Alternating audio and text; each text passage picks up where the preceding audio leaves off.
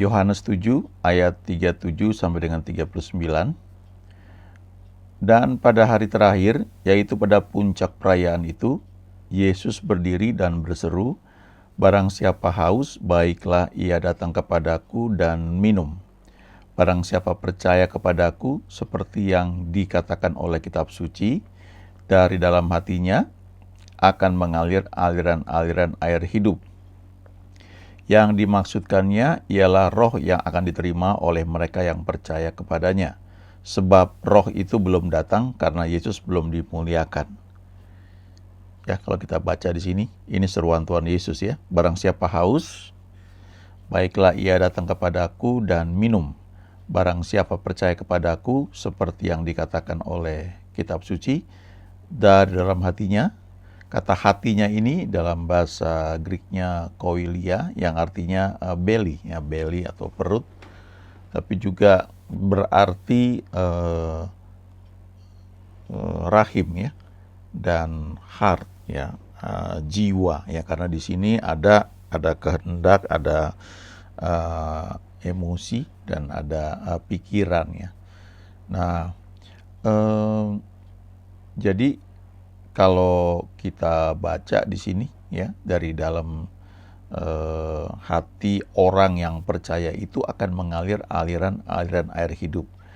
Ini bicara tentang Roh Kudus yang diterima oleh orang yang percaya kepada Yesus, tapi kemudian dia mengizinkan Roh Kudus itu menuntun hidupnya, sehingga hidupnya akan dituntun ya, dibawa oleh Roh Kudus seperti yang memang Tuhan rencanakan. Nah, ini referensinya ke Yeskiel pasal 47 ya, di Perjanjian Lama. Kalau kita baca di situ, waktu itu Yeskiel ini ya, dia mendapatkan penglihatan. Dia lihat ada sungai yang keluar dari bait suci, dan kemudian ada orang yang mengajak dia untuk melihat sungai tersebut ya, dan kemudian diukur ya panjangnya ya, mereka berjalan sejauh 1000 hasta. Maka kalau kita lihat ya, 1000 hasta pertama itu waktu diukur ya, air yang keluar dari bait suci ini, ternyata waktu Yeskiel disuruh masuk ke dalam air tersebut, dalamnya sampai di pergelangan kaki ya. Kemudian ketika diukur lagi 1000 hasta lagi ya, jadi menjadi panjangnya jadi 2000 hasta ya.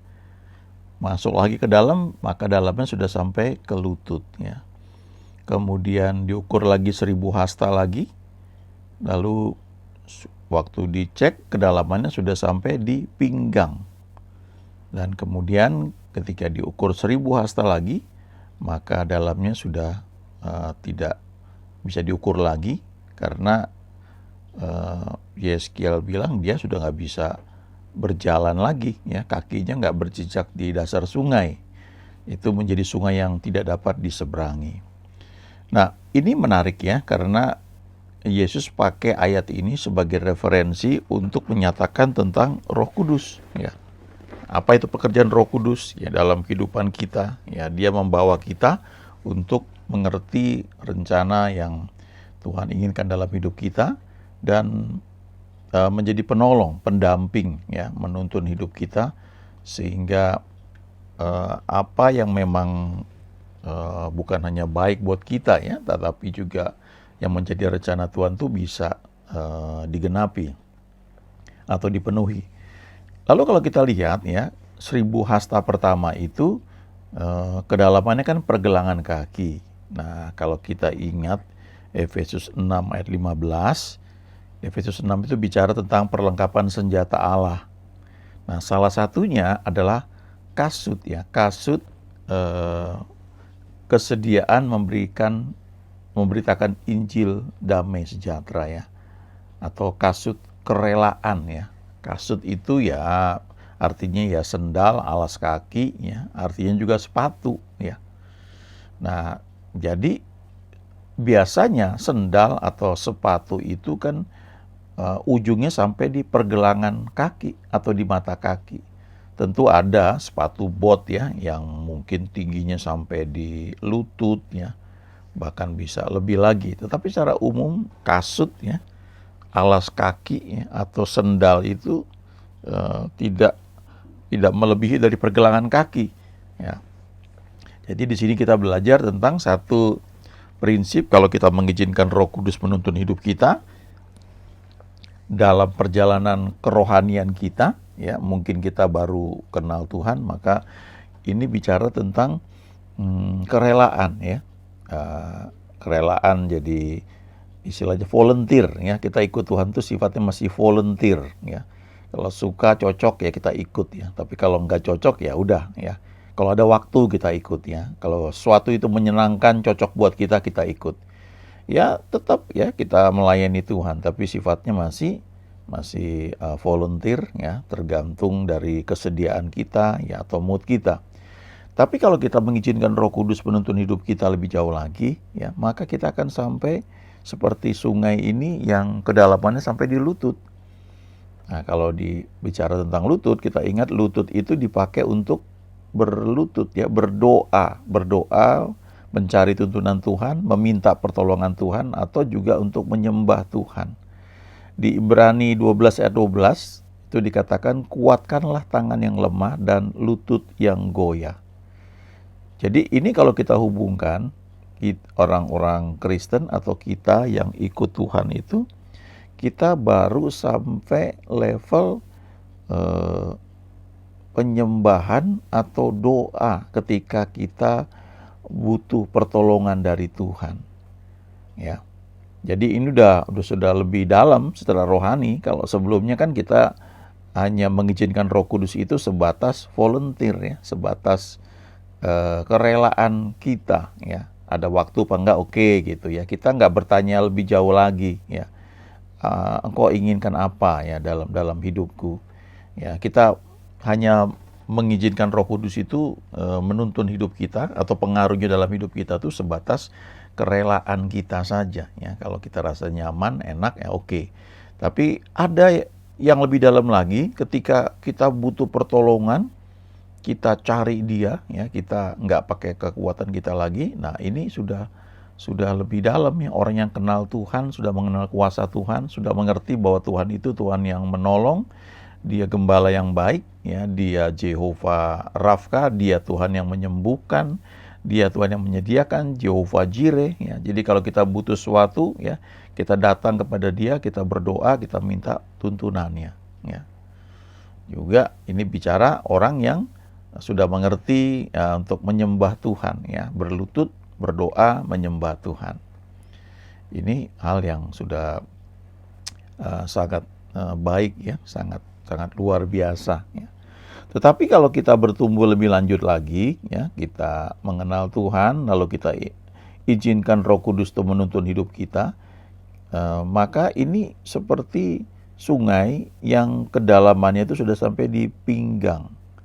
Dan di sini banyak sekali ya orang-orang Kristen yang sudah cukup dewasa ya, mereka ada di sini. Efesus 6 ayat 14 itu juga bicara tentang salah satu perlengkapan senjata rohani, yaitu ikat pinggang kebenaran. Ya, dikatakan di Efesus 6 ayat 14 ini, berdirilah tegap, berikat pinggangkan kebenaran ya. Nah, ini banyak orang Kristen yang di sini ya, apalagi yang melayani ya, hamba Tuhan ya, pendeta, gembala ya. Karena ini sudah luar biasa ya, karena ikut Tuhan di sini bukan lagi volunteer ya, sebatas kerelaan, bukan lagi ini hanya ketika kita butuh ya, kita cari Tuhan ketika kita butuh pertolongan dari Dia, atau kita cari Tuhan, kita mengizinkan Roh Kudus menuntun hidup kita untuk menyembah Yesus ya. Tidak hanya sampai di situ, tapi kita ini sudah mulai melayani dan berdiri tegap ketika ada tantangan, kita tetap teguh ya dengan semangat untuk melayani Tuhan. Ya. ini orang-orang yang sudah mempersembahkan hidupnya untuk melayani Tuhan, ya. Tetapi ya masih bisa dikontrol, ya, karena kan ini berdiri, ya, sungai kedalamannya sampai di pinggang, kaki kita tuh masih berjejak di bawah. Jadi kalau kita mau bergerak kemana saja, kita bisa. Mau melawan arus pun bisa, walaupun lebih sulit. Kalau kedalaman sungainya baru pergelangan kaki, ya. Kalau bagi anak-anak ini ya senang, ya. Wah, saya mau berenang, wah senang, ya. Tapi cuma sampai pergelangan kaki, udah ribut kemana-mana, ya. Tapi itu menunjukkan pengaruh Roh Kudus yang kita izinkan dalam hidup kita, ya. Apakah cuma sampai di batas volunteer, ya, kerelaan, kalau ada waktu oke, kalau enggak ya enggak bisa, ya. Atau sudah sampai di lutut, ya, kita sudah mengerti bahwa Tuhan itu sumber pertolongan kita, ya. Dia yang bisa menolong kita dalam segala hal, atau bahkan sudah sampai di pinggang untuk melayani. Apapun yang terjadi, aku tetap berdiri tegap, aku pegang firman Tuhan sebagai kebenaran, dan aku melayani Tuhan, ya, dengan roh yang menyala-nyala. Tapi kita masih pakai otak kita, tenaga kita untuk mengatur Tuhan, mengatur arah pelayanan, ya. Kita pakai logika kita pakai kemampuan yang kita punya, ya. Kita bisa melawan tuntunan Tuhan, tapi lebih sulit, ya, dibanding kalau kedalamannya baru sampai di mata kaki, ya, pergelangan kaki, atau baru sampai lutut. Ya, lebih sulit kalau air sudah sampai di pinggang, kita berjalan itu apalagi melawan arus akan lebih sulit, tapi tetap masih bisa. Nah, kalau berjalan lagi lebih jauh bersama Tuhan, ya, maka masuk ke 4.000 hasta, ini menjadi sungai yang dalam yang tidak dapat diseberangi. Dan kaki kita nggak bisa berjejak lagi di bawah. Kita nggak bisa kontrol Tuhan lagi. Nah, di sini yang berperan adalah manusia rohani, ya. Roh kita yang sudah lahir baru, yang dituntun oleh Roh Kudus, ya. Itu dikatakan manusia rohani itu mengevaluasi segala sesuatu, ya. Sementara dia sendiri tidak bisa dimengerti atau dinilai oleh orang lain. Itu di 1 Korintus 2 ayat 15, ya. Lalu kita lihat di Galatia 5 ayat 18, ya. Ini orang-orang yang dipimpin oleh Roh Allah, ya. Tidak hidup di bawah hukum Taurat, ya. Nah, ini orang-orang yang mengizinkan Tuhan menuntun hidupnya begitu rupa sehingga tidak lagi bisa mengontrol Tuhan, ya. Karena kakinya udah nggak berjejak di bawah lagi, ya. Apa yang dibuat? Ya, mengizinkan sungai itu membawa kehidupannya, membawa orang ini, ya, membawa kita. Kita cuma pakai pelampung aja, pelampung iman gitu, ya. Kalau kita berenang di kolam renang atau di laut, ya, kan ada ban, ya, ada ban yang kita bisa pakai, ya. Lalu kita menikmati saja, ya. Dulu di Ancol ada kolam renang, kolam arus namanya, ya. Jadi kita tinggal pakai pelampung, ya, ban buat berenang itu, ya, kita ikutin aja. Kolam arus ini bawa kita muter, ya. Lalu sementara berjalan itu arusnya mendorong kita, ya, membawa kita hanyut, ya. Lalu kita lihat berbagai pemandangan yang ada, ya, di lingkungan yang dibuat bagus, ya. Kita tinggal mengikuti arus saja, ya, bergantung kepada pelampung itu, ya, pada ban, ya. Nah, jadi ini bicara tentang kehidupan rohani di mana kita mengizinkan Roh Kudus menuntun hidup kita begitu rupa sehingga kita tidak pakai kekuatan kita lagi, tapi lebih kepada mengizinkan Roh Kudus, ya, menuntun hidup kita. Nah, di Kisah 2 ayat 4 ini cerita bagaimana ketika Roh Kudus turun, ya, memenuhi murid-murid. Waktu itu mereka ada di loteng, ya, di upper room, ya. kemudian turunlah dari langit suatu bunyi seperti tiupan angin keras, lalu penuhlah mereka dengan Roh Kudus, dan mereka mulai berkata-kata dalam bahasa-bahasa lain, seperti yang diberikan oleh Roh itu kepada mereka untuk mengatakannya. Nah, waktu itu mereka nggak ngerti apa-apa, ya. Mereka mengizinkan aja Roh Kudus itu mendorong mereka untuk berkata-kata, dan keluarlah bahasa-bahasa lain yang mereka tidak mengerti, tetapi ternyata orang-orang lain yang ada di sekitar itu mengerti bahwa itu adalah bahasa-bahasa lain, ya, yang ada di dunia ini, sehingga mereka dari bangsa lain itu ngerti, oh ini sedang mengucapkan ini, sedang memuliakan Tuhan gitu. Nah, itu dipimpin oleh Roh Allah, salah satunya adalah lewat berkata-kata dengan bahasa roh, ya. Nah, ada bahasa roh yang waktu kita izinkan itu kita berkata-kata kepada Allah Bapa, ya, nggak ada yang mengerti itu hanya Tuhan, ya. Tapi ada juga bahasa roh yang waktu kita dapat itu sedang kita pakai, lalu ada yang menafsirkan, ya. Itu juga mengizinkan Roh Kudus menuntun hidup mereka sehingga mengucapkan tafsiran yang memang Tuhan gerakan. Lalu ada juga bahasa roh yang memang dalam bentuk bahasa-bahasa lain yang ada di muka bumi ini, ya. Nah, ini perlu langkah iman, ya. Karena kalau enggak ya sulit. Dulu waktu saya sudah penuh Roh Kudus, memang ada dorongan dari dalam hati saya untuk mulai berkata-kata dengan bahasa roh. Ya, tapi setelah itu otak saya mikir, saya ngomong apa? Saya ngomong apa? Nah, selama saya pikir kayak gitu, ya nggak bisa gitu. Jadi ini salah satu bentuk kita mengizinkan Tuhan menuntun hidup kita adalah kita dipenuhi Roh Kudus dan berkata-kata dalam bahasa roh, ya. Nah, lalu kalau kita lanjutkan ayat 8 sampai ayat 12, ya, kitab Yeskiel ini dikatakan begini, ya. Ia berkata kepadaku, sungai ini mengalir menuju wilayah timur, ya, timur itu menunjukkan arah dunia, ya, karena Taman Eden juga menghadap ke timur, ya, Bait Allah menghadap ke timur, dan menurun ke arah Bay Yordan dan bermuara di laut asing, air yang mengandung banyak garam, dan air itu menjadi tawar. Sehingga kemana saja sungai itu mengalir, ya, Roh Kudus mengalir, segala makhluk hidup yang berkeriapan di sana akan hidup. Ikan-ikan menjadi sangat banyak. Sebab kemana saja sungai itu sampai, air laut di situ menjadi tawar, dan kemana saja sungai itu mengalir, semuanya di sana hidup.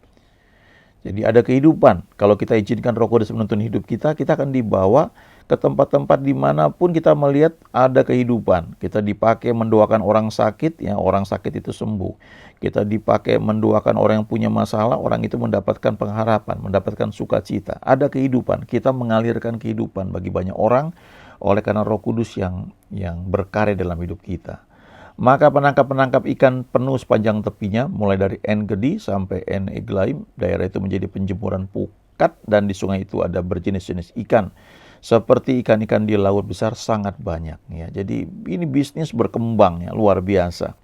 Tetapi rawa-rawanya dan paya-payanya tidak menjadi tawar, itu menjadi tempat mengambil garam, ya. Jadi tidak hanya ikan, ya, sesuatu yang bisa dimakan, ya, saat itu, tapi juga ada garam yang bisa dipakai untuk mengawetkan. Ayat ke-12, pada kedua tepi sungai itu tumbuh bermacam-macam pohon buah-buahan yang daunnya tidak layu dan buahnya tidak habis-habis. Tiap bulan ada lagi buahnya yang baru, sebab pohon-pohon itu mendapat air dari tempat kudus itu, buahnya menjadi makanan dan daunnya menjadi obat, ya. Ada healing, ya, ada kesembuhan, ada mujizat, ada bisnis yang berkembang, ya, ada berkat dimanapun Tuhan membawa kita, ya, lewat Roh Kudusnya untuk memberkati banyak orang, untuk melayani banyak orang. Jadi mari kita belajar mengizinkan Roh Kudus itu memimpin hidup kita, tidak hanya sampai batas volunteer, ya, sampai batas pergelangan kaki, tapi ayo bergerak lebih jauh lagi, belajar datang kepada Tuhan, tidak hanya untuk menyembah Dia, ya, tapi juga menikmati janjinya. Dalam doa permohonan kita nyatakan, lalu kita masuk lebih jauh lagi melayani Dia, ya, dan kemudian kita izinkan Roh Kudus itu membawa kita percayakan seluruh hidup kita di dalam tuntunannya dan membawa kemanapun Dia kehendaki, karena itu pasti yang terbaik, ya, rencana yang selalu baik buat kita masing-masing. God is good. Haleluya. Amin.